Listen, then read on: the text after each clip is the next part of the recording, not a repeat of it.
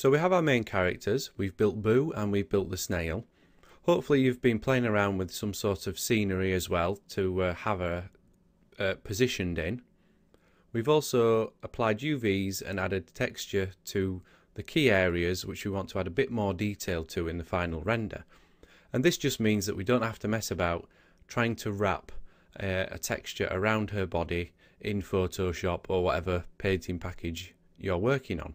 We will be adding some detail later on in Photoshop, but trying to paint on a dress texture, something like this, which we can see here, could be a bit of a nightmare. So we've addressed that already by applying it as a texture. So the next step is to take this character here and pose her like in the concept images. Now this is just her kneeling down, holding a stick in one hand and holding the snail, or little kipper as she calls them, in her right hand. There are a number of ways you can approach posing a character.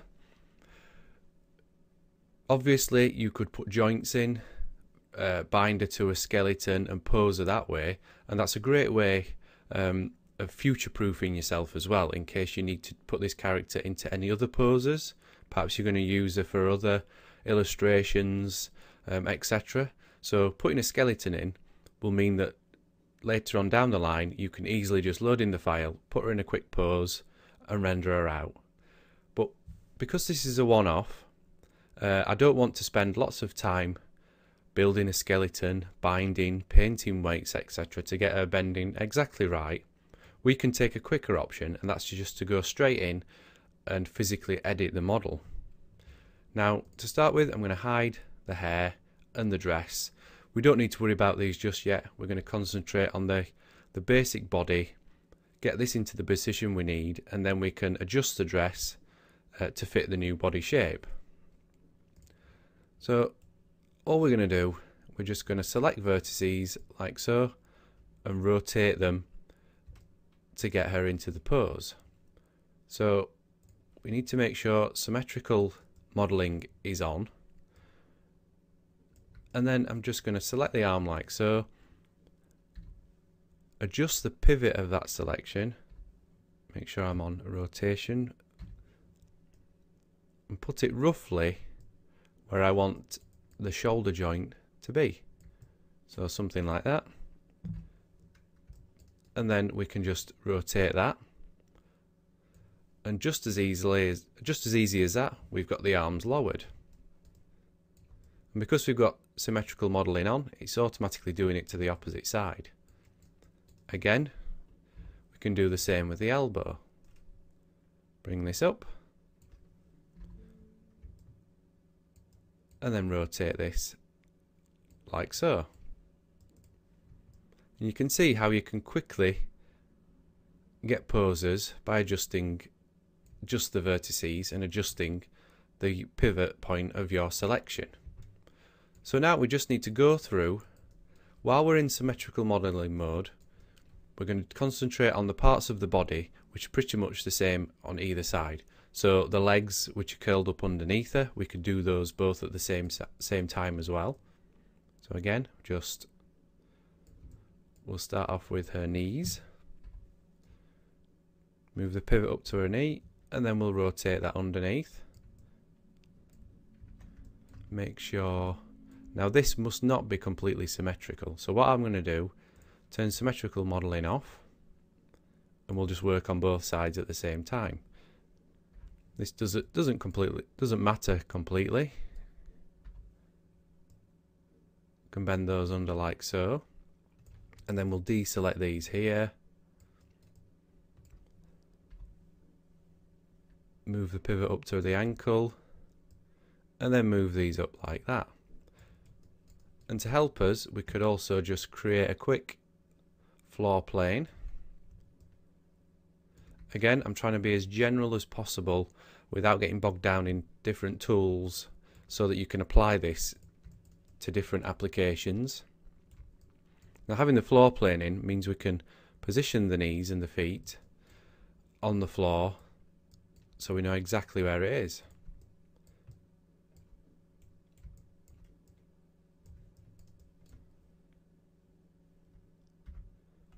So just increase our selection like so. Go to the side view, move this pivot up, and then bring these legs round the front. And then we just continue on like that.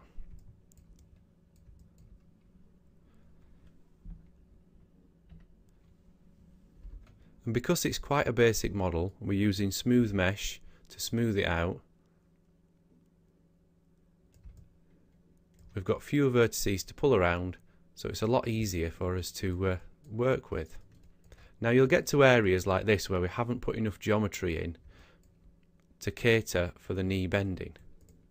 But you don't need to worry about that. We've not put any UVs or anything on this model, so we can quite easily go in and physically edit it by inserting more edge loops.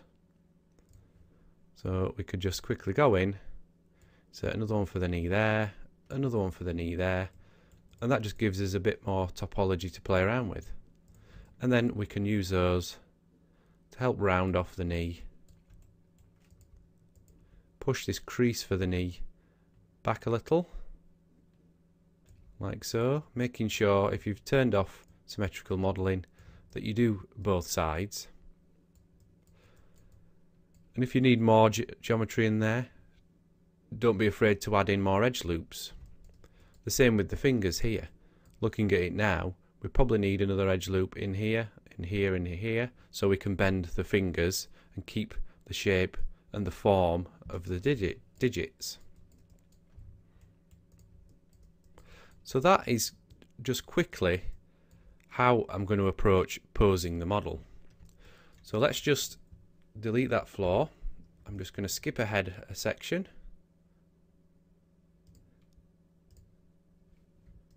So here is what we're looking for. If I hide the hair and the dress again, like so. Now I've brought in these props as well, just to help. Again, when we're bending the fingers, you need to have something to bend round. So it's good to have this stick in that she's going to be holding, just so you know exactly how much the fingers need to bend. As you can see, we've added that extra geometry in there. Extra edge loops, like I mentioned before, on the fingers here to cater for that bending. Now, there are some weird artifacts with the model here, but you have to think ahead. Now, if I bring back the dress, as you can see, the dress hides a lot of her body, and this area back here is never seen. She's from about this camera angle, so we don't need to worry about the back. Remember, we put the seam for the dress down this side here. You can just see it there, because you're never going to see it in the final render. This is always planned as a render, a static render from this angle, with nothing else happening with this model. So you can quite happily hide anything down the back. Obviously, if this was going to be used for a 3D print or for something else where you see all of her, then you're going to have to put that extra bit of effort in to make sure the back looks as nice as the front. But this tutorial is all about doing something like this quickly, cutting corners without drastically affecting the quality. So don't worry about things down the back, just concentrate on what you can actually see. So going back to posing, here I symmetrically modelled her, adjusted the legs symmetrically, started off with the arms symmetrically as well. I mean, you can see here the dress has only been roughly positioned around her. Under here needs pulling in, and the same under here. But those are tweaks we can do as we're going. When we come to start rendering, areas like that, which you may have missed or overlooked before, will show up. But the beauty of this is, even if we've got all the lighting in place, all the shaders in place, and we're on our final render, if we notice any errors with the model, we can go in and tweak it. It's not a big deal. So you've posed your model, you've got your snail in her hand, and again, I've adjusted the bottom of the snail just so it fits with the shape of her hand. And here we have her in in her little scene. Again, the floor, these rocks, all basic geometry, just with edge loops cut into it just to add a bit of variety to the surface. We've got another snail hiding behind this stone here. These empty snail shells lying around here. Now, depending on how this renders, we may need to build an inside to that shell there, but I'm not going to worry about that now. And just some green leaves, bits of grass, just to break it up a bit more and make it a bit more interesting. So now we've posed the model, we've compiled her scene, we're pretty much ready to start thinking about tweaking her shaders and adding some lighting and getting the camera set up so we're ready to render. And that is what we will look at in the next video.